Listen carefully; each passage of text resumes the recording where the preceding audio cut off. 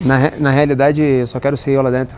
Não importa quem tá do outro lado. Eu também tive essa confiança, mas com todos os caras que andaram pra trás, eu não vou andar pra trás. Eu sou o problema dessa divisão, você sabe disso. Muita gente tá com medo dessa fala do Charles do Bronx. Ele falando que não vai mudar a sua natureza, que espera que o Topuria vai andar pra frente e ele vai andar pra frente também. Aquela história do escorpião e do sapo, enfim, vocês entenderam. Mas eu vou falar pra vocês, andar pra frente pode ser talvez a melhor estratégia do Charles. E que nem sempre andar pra frente contra um boxeador e ainda um boxeador com poder de nocaute é uma ideia ruim. Na verdade, muitas vezes pode ser uma excelente solução. E sempre quando isso acontece, eu gosto de citar o caso da luta entre Tyson Fury e Deontay Wilder no boxe. A primeira e a segunda luta. Pra quem não sabe, Deontay Wilder é um dos maiores nocauteadores da história da nobre arte. O cara tem simplesmente o toque da morte. Tem 42 vitórias na carreira, 41 foram por nocaute. E aí, o Tyson Fury, na primeira luta, sabendo desse poder de nocaute, falou o seguinte: tudo que eu preciso fazer é fugir dessa mão direita. Então, na primeira luta, ele passou o combate inteiro evitando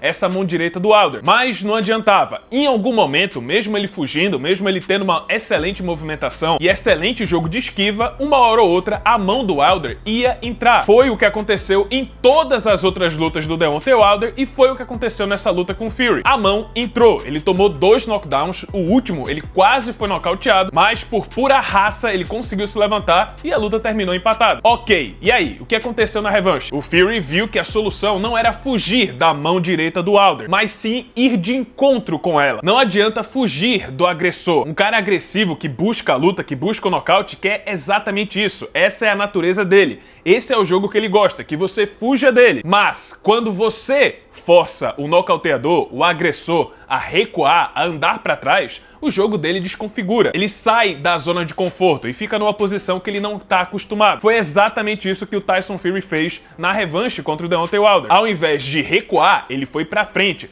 Ele foi forçando o Wilder a recuar. Forçando o Wilder a recuar, a mão direita dele já não tinha a mesma eficácia. E ele sempre se mantinha numa distância segura, onde ele poderia golpear e caso o Wilder avançasse, ele ia lá e travava no clinch. Então, contra um agressor, contra um cara com mão pesada, com poder de nocaute, fugir nem sempre é a melhor opção. O melhor é encarar o cara de frente, usar esse jogo contra ele, forçar ele a recuar. Beleza, Carlos, mas o Charles do Bronx não é o Tyson Fury. Tudo bem, concordo com você. Porém, o Charles do Bronx tem mais vantagens do que o Fury tinha na luta contra o Wilder e mais possibilidades de poder trabalhar nessa distância segura. Como a gente bem viu na encarada ontem, Charles do Bronx é muito maior do que o Ilia Topuria. E por ser uma luta de MMA e o Charles ter base no Muay Thai, ele tem mais ferramentas para poder forçar o Topuria a recuar, a não ficar confortável, avançando contra ele e ainda travar aquela mão direita potente. Além de ter mais envergadura, o Charles também trabalha os chutes frontais, os chips. E se o jab do Charles já ia chegar bem antes do jab do Topuria por causa do braço maior, as pernas do Charles, principalmente o chip com a perna da frente, vai chegar muito antes. Então o Charles tem ferramentas para controlar e evitar a mão do Topuria antes mesmo que ela chegue perto do seu queixo. Outra coisa, em todas as suas lutas no UFC, apenas um lutador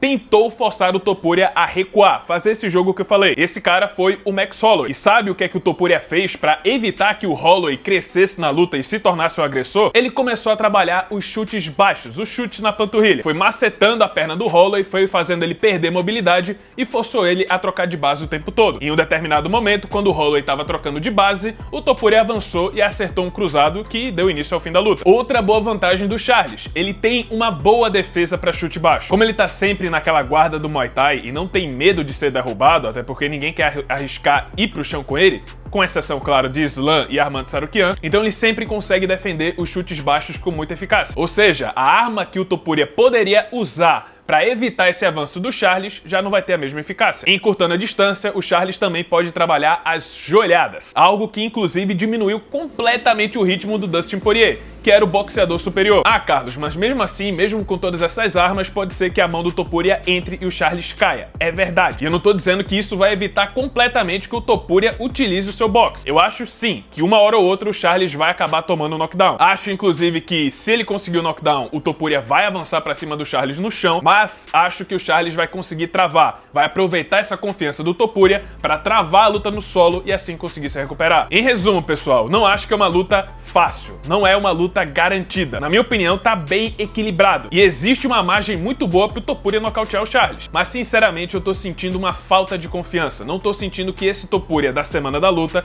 é o mesmo que a gente viu contra o Holloway e contra o Volkanovski. Não tô vendo a mesma confiança, não tô vendo a mesma firmeza. Na própria coletiva de imprensa a gente pôde enxergar isso, não era o mesmo Topuria que vinha provocando o Charles há meses. Além disso, é a primeira luta do Topuria sem os irmãos Clemente, que vinham treinando ele desde o início da carreira. Dito isso, pessoal, tô vendo o copo meio cheio. Não acho que é uma batalha perdida, longe disso, e na minha opinião, Charles do Bronx vai vencer Ilia Topuria no UFC 317. Mas e aí, quer fazer uma fezinha pra essa luta? Acha também que o Charles pode vencer? Então anota aí porque stake.bet.br tá com 2 promoções para a luta do Charles e 4 no total para o UFC 317. Pro Charles, a promoção é a seguinte: se ele vencer por nocaute ou finalização, odds multiplicadas pagando de 7-1. E tem a promoção dos brasileiros: se Pantoja, Charles e Moicano vencerem, odds multiplicadas também pagando de 13-1. Você consegue encontrar essas promoções na aba de multiplicador de odds. Além disso, tem promoções também para as lutas do Moicano e também a luta do Pantoja, totalizando 4 promoções da Stake nesse final de semana. Imperdível! E se quer participar, cria sua conta na Stake, link aqui no primeiro comentário fixado, e se pedir um código, coloca lá Figueira UFC tudo junto. Só assim você consegue participar das promoções desse final de semana e dos próximos eventos do UFC. Então é isso, pessoal!